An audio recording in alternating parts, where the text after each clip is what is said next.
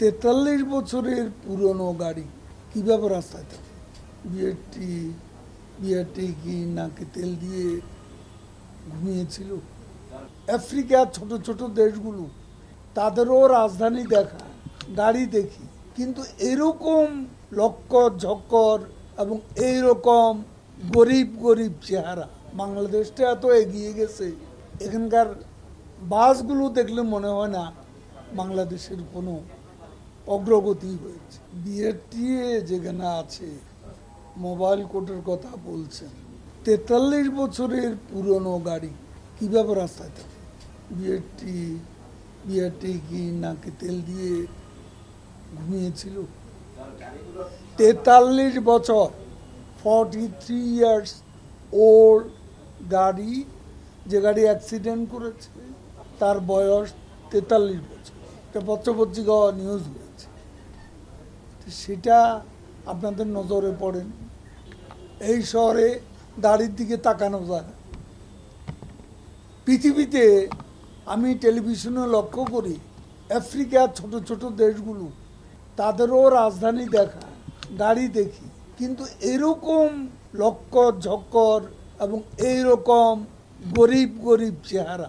বাংলাদেশটা এত এগিয়ে গেছে, এখানকার বাসগুলো দেখলে মনে হয় না বাংলাদেশের কোনো অগ্রগতি হয়েছে। এর চেয়ে মফস্বলের গাড়িগুলো একটু বেটার। এই কথাটা বলতে বলতে আমি কত যে বললাম। এই ব্যাপারে কিছু আপনারা একটা কারণে ব্যবস্থা নিচ্ছেন না। কারণ এখানে ডাম্পিং করতে গেলে দেখা যায় ওই ধরনের গাড়ি আর পরের দিন রাস্তায় বের হয় না। তখন যারা বলেন যে এসব গাড়ি চলছে, তারাই আবার বলেন জনদুর্ভোগ হচ্ছে। এই সমস্যাটা তো আছে। বিআরটিএ অনেক প্রোগ্রাম, অনেক অ্যাকশন প্ল্যান, আইনও আমরা করেছি একটা। তারপর রেজাল্ট কি? আমার রেজাল্ট তো তিনটা দরকার।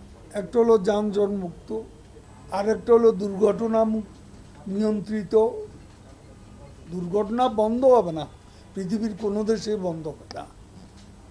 এটা যানজটও নিয়ন্ত্রণ করা যায়।